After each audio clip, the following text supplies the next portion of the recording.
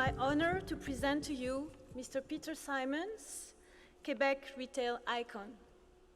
Avec son frère Richard, M. Simons représente la 5e génération de sa famille à diriger le grand magasin La Maison Simons.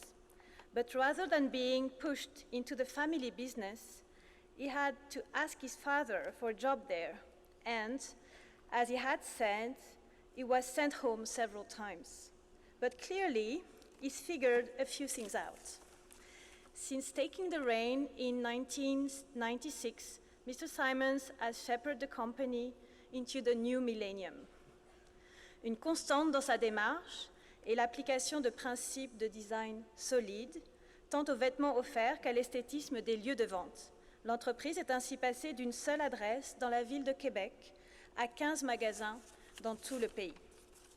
Les pratiques innovantes mises en place par M. Simons en matière d'offres sur le web et de distribution ont permis à l'entreprise de faire concurrence à des géants de la vente au détail comme Amazon, eBay et Target. Since he began working at the store in the 80s, the chain's revenues have gone from 12 million a year to more than 400 million. And all this while championing good working conditions. La Maison Simons was recently ranked among Quebec's top 10 employers by Indeed. Its employees noted the firm's humane, stimulating environment that engenders a positive attitude and teamwork. Monsieur le Chancelier, au nom du Sénat et du Conseil d'administration de l'Université, j'ai le privilège et l'honneur de vous présenter Monsieur Peter Simons afin que vous lui décerniez un doctorat en droit honoris causa.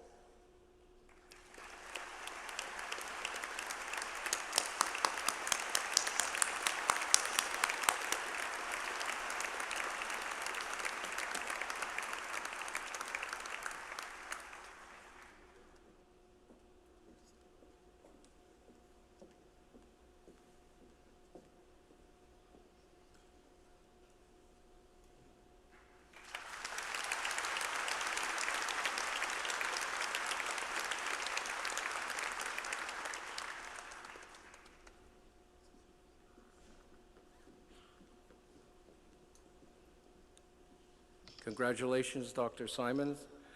I'd like to ask you to please address the convocation.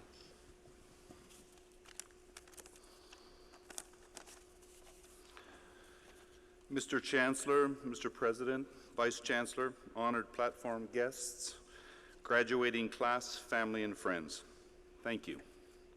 It is with heartfelt gratitude and pride that I join the Concordia family.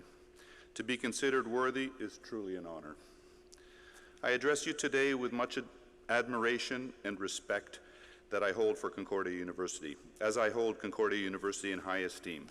Graduates, faculty, alumni, parents, you have all contributed to building an incredible institution in Quebec. During my professional life, I've had the good fortune of working side by side with numerous Concordia alumni.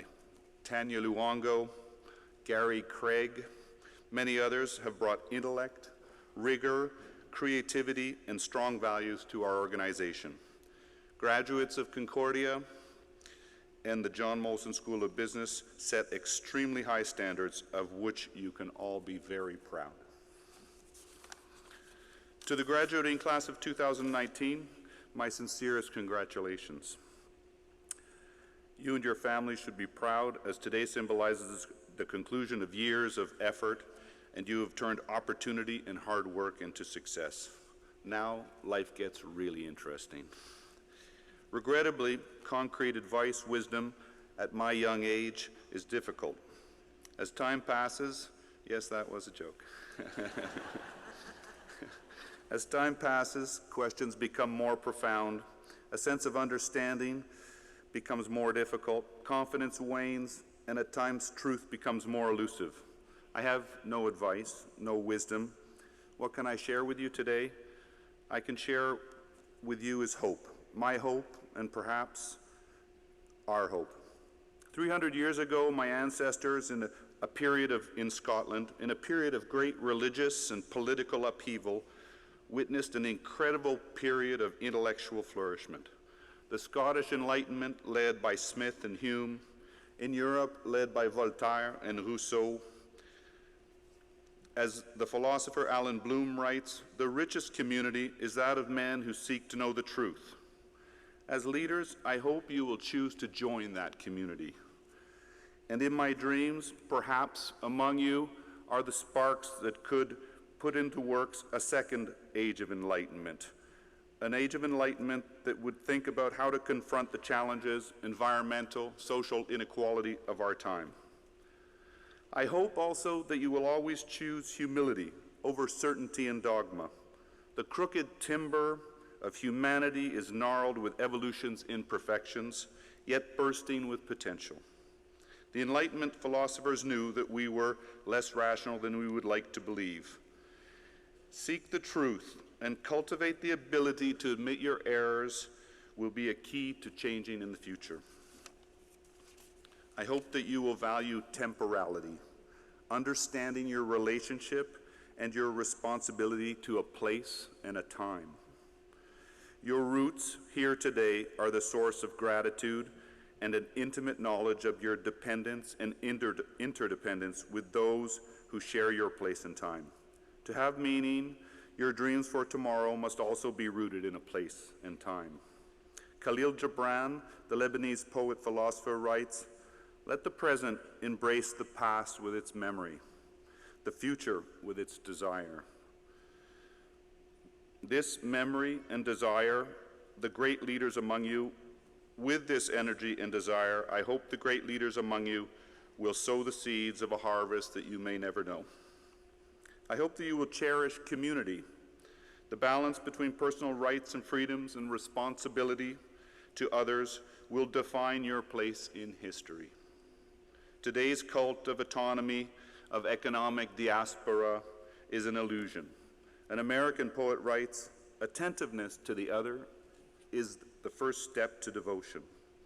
Cede not to the existential nihilism of Nietzsche, nor the destructive anarchy of Bakunin.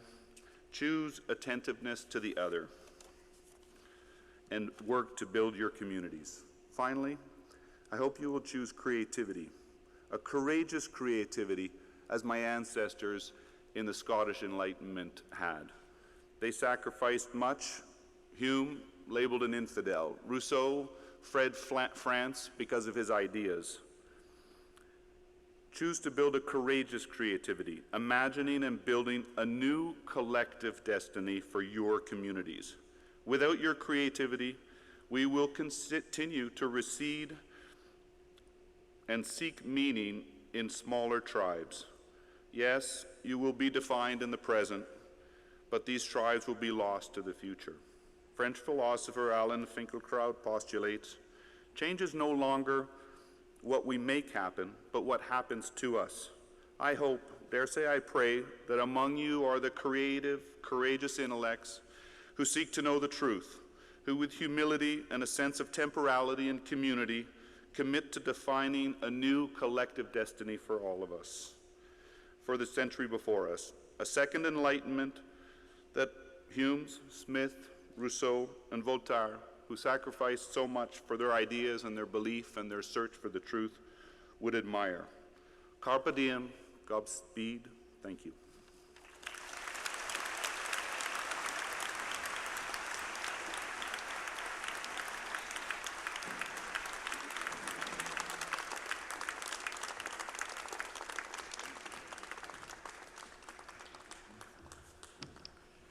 Dr. Simons, thank you for your message, for your humility, and your wisdom.